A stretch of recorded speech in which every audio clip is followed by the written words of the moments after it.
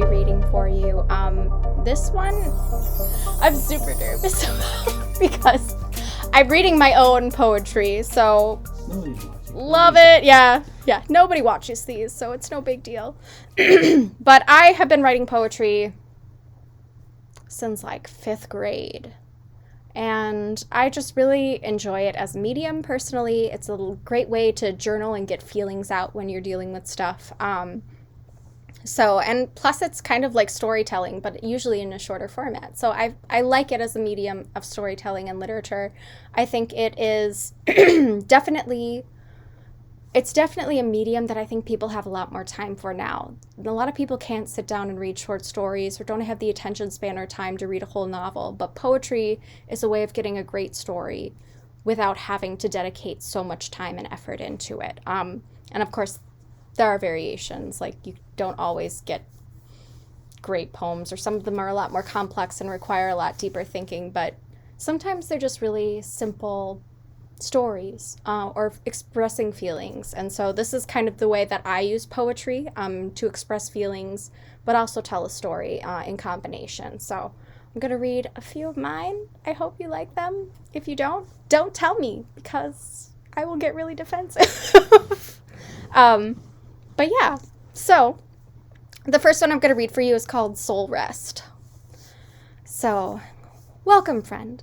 Grab a biscuit of solace, have some sentimental tea while I put this sorrow soup away and brush the crumbs of loneliness off of here. Let your worry whisk away as you soften the lines of your brow. Take a load off in the quiet chair. Wrap yourself in this blanket of comforts. Put your feet up a while and watch me for a bit in silence as I clean up the remnants of bitter emotions and unsolved anxieties, those things I tend to leave scattered everywhere. Let's just be together for a moment with the unmentioned feeling of welcomed familiarity. It's nice to have another soul to rest on as a break in the daily chaos of life. So that one was Soul Rest by me. All right, what's the next one I have here? This one's called Not Scared of the Dark. Gotta breathe, gosh. I read poetry so fast I don't breathe enough. Yeah, definitely slow down. Yeah, for sure. She crawled into her darkness, quiet were the days of late, as morning doves slept silent and their tears cried salty oceans for her thoughts to drift on. She wasn't awake, she wasn't asleep. Numbness caressed her and gave her the comfort only dandelion fuzz can give the wind. And winds can offer that same kindness to the open sails and the curly tendrils of little ones in pure and honest love.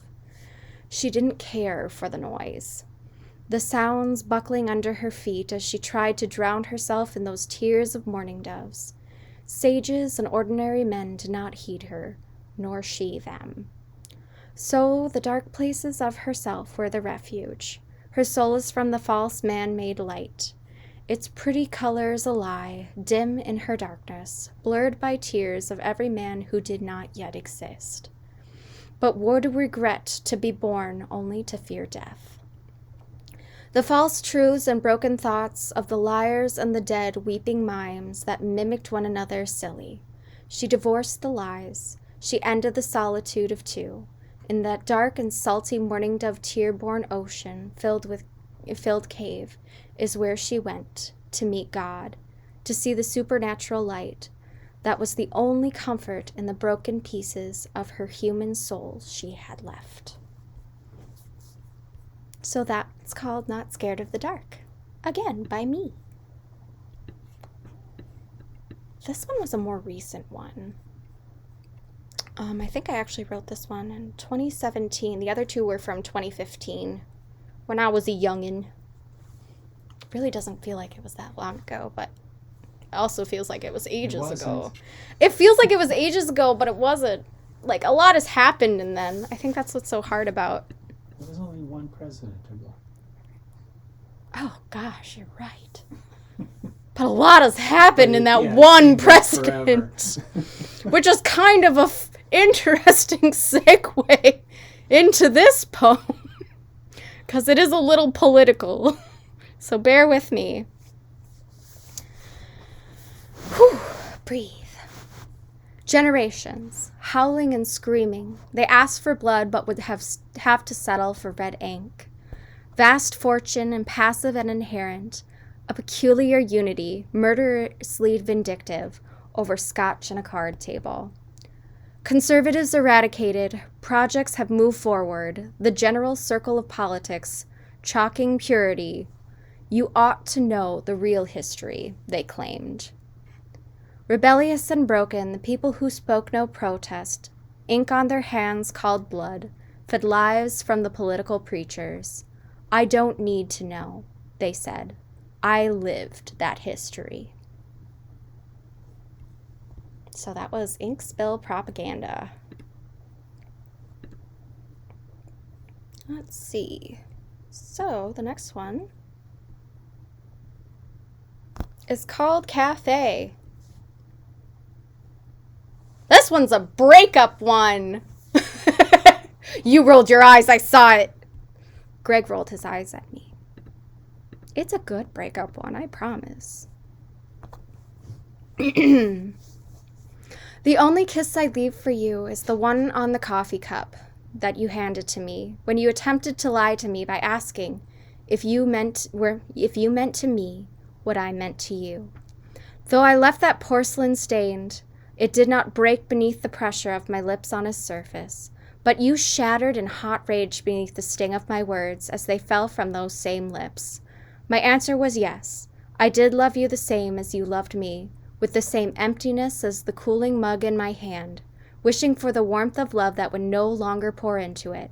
Perhaps you should take the advice of the coffee, to stay warm and romantic until the air chills your romantic spirit, like yours grew cold towards me so many cafes ago. So that was Cafe. So this one is a little short one. Another little love poem. Get over it. I was a teenager. Had a lot of feelings. So this one's called At Words on a Page.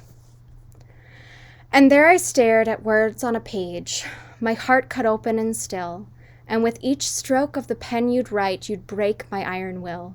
That place that not one touch could hold, nor kind would bring to tears. And here lay broken this heart's change, but startled it clutched its fears. But how, did my heart ask of you, and at what did I gain your care? And how is it you seem to know what it is my heart does not share? And tenderly your words did say, as you displayed your love's affections, and my eyes and heart cried openly when penned my love for thine imperfections. So that's At Words on a Page. That's all I have for you guys today.